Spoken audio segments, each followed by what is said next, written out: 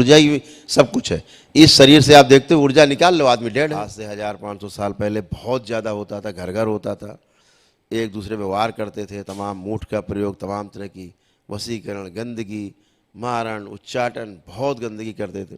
देखिए क्या होता है कि आप लोग दरबार से जुड़ते हो, हवन या नमन जो भी आपकी जैसी श्रद्धा होती, जैसी आपकी क्षमता होती, आप करते हो। परिवार के तमाम सदस्य आप जोड़ते हैं, उसमें तमाम जो गंदगी रहती है, जिन्हें आप भूत प्रेत भी नाम देते हो, किसी किसी के हजारों, किसी किसी लाखों की संख्या में पूरी रेल बनी रहती है। जहाँ जहाँ आप गए हैं आज तक, तमाम जगह वहाँ वहाँ गंदे लोग वैसे जुड़ते गए आप में, और श्रृंखला बढ़ती गई, आपकी रेल बढ़ती गई, भार बढ़ता गया, कष्ट बढ़ते गए, रोग बढ़ते गए। जो पितरों के रोग हैं वो भी आपको लगते गए, जो पितरों की समस्याएं मानसिक रहीं वो भी आप में आती गईं, बच्चों में आती गईं, परिवार में आती गईं। पितरों के रोग आप में परिलक्षित होने लगे, आप में रोग बनने लगे। तो ये तब जो तमाम समस्याएं वो एक बड़े रूप में आप में आती हैं। दरबार से आप जुड़ते हो, सब जाते हैं, गंदगी, जो दुष्ट होते हैं उनके संहार होते हैं, अच्छे पितरों को मुक्ति मिलती है, जिन्होंने आपका सहयोग किया कभी, या जो दरबार आपको लेके आते हैं पितृ, मुक्ति मिलती है उन लोगों को। इन सब में बहुत ऊर्जा आपकी जाती है, बहुत ऊर्जा खर्च होती है। जो आप नौहवन करते हैं या एक दिन का हवन करते हैं, आप एक दिन के हवन में तो खैर बहुत ताकत होती है, उसमें तो कोई दिक्कत ही नहीं है। वो तो ऐसे समझो कि हजारों हवन एक साथ कर दिए गए, ऐसे वो एक दिवसीय हवन होता है। वो एक ही दिन में आप आए, एक दिन में अपना हवन किया, सुबह से लेकर रात तक दरबार के ब्राह्मण सारी कार्रवाई कराते हैं, सुबह से रात तक। अगले दिन आप संकल्प करते हो, शाम तक आप छुट्टी, आपके रोग और कष्ट जाते हैं। जो जो संकल्प आप करते हो सब चले जाते हैं। अगर कोई संकल्प आपके छूट जाते हैं, वो संकल्प आप घर में रह करके दरबार द्वारा जो कराए जाते हैं, तो मेरे द्वारा कर सकते हैं, तो उससे जाते हैं। ये आ करके मिले कभी बचे हुए आपके कोई कष्ट, वो भी जाते हैं। नियम यही कि जो संकल्प आप लेते हैं वही जाते हैं। अगर आप रोगों की चर्चा ठीक से नहीं कर पाते, रोग के बारे में जानकारी आपको नहीं है कि आपको कष्ट क्या है, उल्टे सीधे संकल्प करते तो नहीं जाते हैं, सीधी बात है। तो दरबार आपके संकल्प ठीक करता है और फिर आपको रोग मुक्त करता है, सहयोग करता है कि आपको कैसे कष्ट से बाहर किया जाए। तो इन सब में आपकी बहुत ऊर्जा खर्चा हो जाती है, तमाम गंदगी कटती, तमाम मारण रहते हैं, पीढ़ियों दर पीढ़ी। पहले बहुत जादू टोना तंत्र मंत्र होता था, आज से 1500 साल पहले बहुत ज़्यादा होता था, घर घर होता था, एक दूसरे में वार करते थे, तमाम मूठ का प्रयोग, तमाम तरह की वशीकरण, गंदगी, मारण, उच्चाटन, बहुत गंदगी करते थे, घर घर की व्यवस्था थी। अज्ञानता बहुत थी तो उस हिसाब से लोग करते थे। वो सब पीढ़ियों में आप में रहता है। आप कहीं पैदा हुए, आज यहाँ हैं तो यहाँ के कष्ट और कर्म भोग आपके साथ है, कहीं और पैदा हो गए तो लेके चले गए, वहाँ पूरे डीएनए में फैल गया आपके द्वारा। आपके यहाँ कोई और पैदा कहीं और हुआ, वहाँ फैल गया गंदगी। ऐसे करके पूरा एक मकड़ जाल बन के जहाँ जहाँ पैदा होते गए वहाँ वहाँ गंदगी होती गई, या आपके डीएनए में कोई गंदा आ गया तो उसकी गंदगी आप में फैल गई।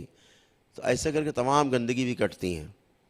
लेकिन जिनमें बहुत परिवार के तमाम सदस्य जुड़े होते हैं, गंदगी कटने के बाद ऊर्जा की एक कमी होती, फिर आप में जो रोग बने होते हैं शरीर में, आपके स्थूल रोग बने होते हैं शरीर के अंदर, तमाम कष्ट रहते हैं, तमाम पीड़ा रहती है रोगों की, उसके लिए आपके पास एक ऊर्जा की कमी पड़ती है कि ऊर्जा नहीं है जिससे कि आप ठीक हो सके।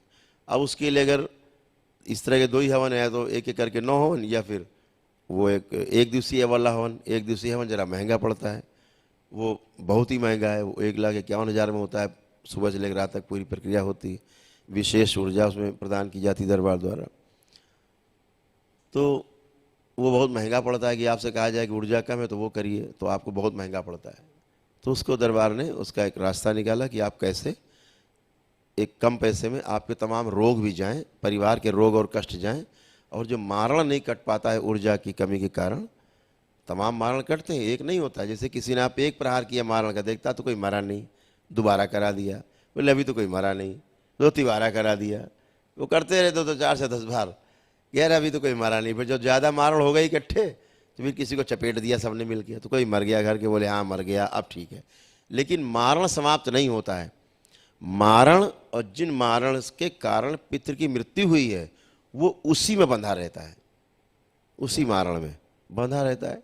फिर वो खोपड़ी उल्टी घुमाता रहता है। बंधा है तो बंधा है वो तो। आपको भी लगता है कि हम बंधे जैसे हैं, बुद्धि बंधी है, शरीर बंधा है, आपको ऐसा प्रतीत होता है। तो ये सब चीज़ें ऊर्जा की कमी के कारण होता है। तो एक किट बनाई गई ऊर्जा वृद्धि के लिए, वो बाबा माता के द्वारा सिद्ध एक छोटी सी किट बनाई गई कि उसको लेकर के आप बैठते हैं। वो करीब 4 से 5 घंटे वो चलता है हवन ऊर्जा वृद्धि के लिए। वो कम से कम 5 घंटे के आसपास चलता है। तो उसको आप करते हैं, उससे आप में एक विशाल ऊर्जा का संग्रह होता है और तमाम रोग और तमाम कष्ट वो हवन करते करते ही उसी में चले जाते हैं 90%। तो जब वो करके आप मेरे समक्ष आते हो तो थोड़े बहुत दिखता हल्का फुल्का, वो हम हटा देते हैं। बाकी उसी हवन में ही सारे रोग और कष्ट आपके चले जाते हैं। आप खुद ही आके लौट के बताते हैं गुरुदेव हमारे तो उसी में चले गए सब, है ना, सब गंदगी गई हमारी, सारे रोग हमारे गए, हम बहुत अच्छे हैं। जैसे अभी आपने देखा कल भी लोग करके आए, आज भी कुछ लोग बैठे हैं हवन करके, अभी आपके सामने आएंगे। तो रोग खत्म हो तो ऊर्जा वृद्धि, ऊर्जा बढ़ जाती है आपके शरीर में, उससे भी तमाम मारण भी कट जाते हैं, तमाम गंदगी कट जाती है, रोग आपके कट जाते हैं। रोगों की क्या स्थिति है? रोग आपके सबसे पहले रहते हैं आपके कारण शरीर में, है ना। जैसे 7 शरीर हैं, उनमें जो शुरुआती 3 शरीर हैं, पहला जो हाड़ मांस का शरीर दिख रहा है, ये जो हड्डी मांस का दिखता है शरीर, स्थूल शरीर बोलते हैं इसको। इसके ऊपर एक जो आवरण होता है, इसके अंदर एक आवरण है, वो जो आवरण है वो है सूक्ष्म शरीर का, ठीक है। सूक्ष्म शरीर के बाद फिर एक और आवरण आता है कारण शरीर का। जब आदमी की मृत्यु होती है तो इस स्थूल शरीर यहीं छूट जाता है और सूक्ष्म शरीर और कारण शरीर मिल करके और यात्रा पे निकलता है। या तो सुप्तावस्था में जाता है और या सक्रिय रहता है, या तो बेहोशी में रहता है, अगर अच्छे काम नहीं किए हैं बेहोशी में रहता है, कोमा में मारा है तो बेहोशी में रहता है। जागृत अवस्था में साधना और ध्यान साधना करके गया है तो वो जागृत रहता है। जागृत वाले जो होते हैं वो देवी देवता कहलाते हैं और होश वाले वो भूत प्रेत कहलाते हैं, उन पितृ भी कहलाते हैं उनमें। तो ये तमाम जो आप ये करके आते हो, तो अभी आप जब यहाँ देखेंगे कि ये जो जीवन है, जो सूक्ष्म शरीर और कारण शरीर के रूप में, यही आपके रोग या स्वस्थ होने की गारंटी है। अगला जन्म कहाँ होगा, यही इन दोनों शरीरों के आधार पर तय होता है, सूक्ष्म शरीर और कारण से। कारण शरीर में बीज होते हैं। दरबार कैसे देख लेता है कि आप में ये रोग होने वाला है ना, कैसे? जैसे सपोज मान लीजिए आपको कैंसर होने वाला है, तो दरबार देख लेता है कि कारण शरीर में इसके बीज पड़े हुए हैं कैंसर के, तो कब तक ये फलित हो जाएगा, कब तक पेड़ बन जाएगा? तो साहब ये पेड़ बनने में इसको 3 साल लगेंगे। तो बीज से, कारण शरीर में बीज है इसलिए सूक्ष्म में वृक्ष बनेगा जरूर। तो पेड़ पैदा हो गया, बन गया 3 साल में। तो साहब फल कब होंगे इसमें? तो साहब साल भर में। तो चौथे साल में पता लगा शरीर में कैंसर दिखने लगा। तो कैंसर के बीज कहाँ थे? कारण शरीर में। कहाँ पर बना उसका पूरा? फलित कहाँ हुआ करके? आपके स्थूल में। क्यों फलित हुआ? क्योंकि सूक्ष्म में पूरा बन के तैयार हो गया। दरबार क्या करता है, आपके सूक्ष्म शरीर से ये गंदगी हटाता है, जो आपके रोगों का डिजाइन है। जैसे हम लोग देखते हैं, आपने कहा कि गुरुदेव यहाँ मेरे एक फुंसी है, ठीक है, गांठ है छोटी सी, तो देखते हैं ठीक है गांठ है, स्थूल में दिख रही है। फिर हम उसको सूक्ष्म देखते हैं आपका, तो सूक्ष्म में दिखता है कि साहब इतनी बड़ी गांठ है, मतलब आगे चल बड़ी हो जाएगी। तो दरबार क्या करता है, सूक्ष्म से उसको हटा देता है। अब सूक्ष्म से तो हट गया, लेकिन कारण में बीज पड़ा हुआ है, फिर धीरे धीरे पनपेगी 2-4-5 साल में। तो क्या करता है दरबार, कारण से भी उसको नष्ट कर देता है, उस बीज को निष्क्रिय कर देता है, कर्म भोग आपके निष्क्रिय कर देता है, जिसके कारण गांठ बन रही है। तो जब कारण से भी निष्क्रिय हो गई तो, और सूक्ष्म में भी नहीं है, तो स्थूल में अपने आप धीरे धीरे वो सिकुड़ना शुरू होती है और आपको तत्काल पता लगता है खड़े खड़े कि हाँ मेरे को बहुत आराम हुआ। और वो धीरे धीरे धीरे धीरे करके रोग समाप्त होकर और ख़त्म हो जाता है, क्योंकि कर्म भोग के आधार पर ही हमें सुख या दुख प्राप्त होते हैं। तो ये आपको ध्यान देना है कि यही 2 शरीर सूक्ष्म और कारण शरीर हमारे सुख और दुख दोनों का आधार है।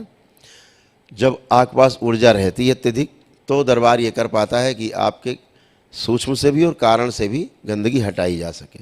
ठीक है, तो अभी ऊर्जा में कमी के कारण क्या होता है, आपके जो सूक्ष्म शरीर है उससे सारी गंदगी हटाई जा सकती है, हटा दी जाती है लगभग, लेकिन कारण में बनी रहती है।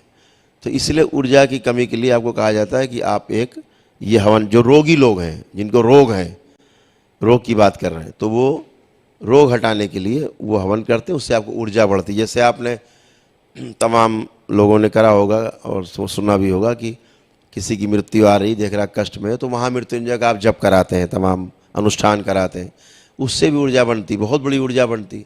लोग सोचते हैं कि बड़ा धकियान उसी काम है, महामृत्युंजय के जाप से कैसे आदमी बच जाएगा, लेकिन बचता है। एक विशाल ऊर्जा जो है वो बनती है, कवर करती है, उससे आपको लाभ होता है बहुत तेज़ी से। ऊर्जा ही सब कुछ है।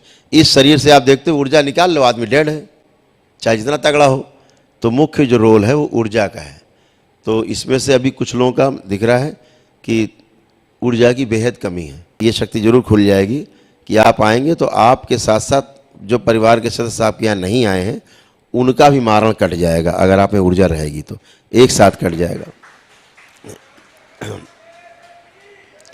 तो उसमें आपको बहुत भागने की आवश्यकता बार बार नहीं पड़ेगी कि परिवार को ले लेके भाग रहे हैं, ऐसा नहीं होगा, एक साथ ही कट जाएगी। बशर्ते ऊर्जा आप में उतनी रहनी चाहिए कि सबका कट जाए, इतनी बात है। ठीक है। गुरु चरण सिर नाय के बिनती बारंबार, बाबा जी सर हाथ रखो मेरा करो उद्धार। गुरु बाबा पंडित राधा रमन मिश्र की जय, गुरु माता कामाख्या मैया की जय, करौली सरकार की जय।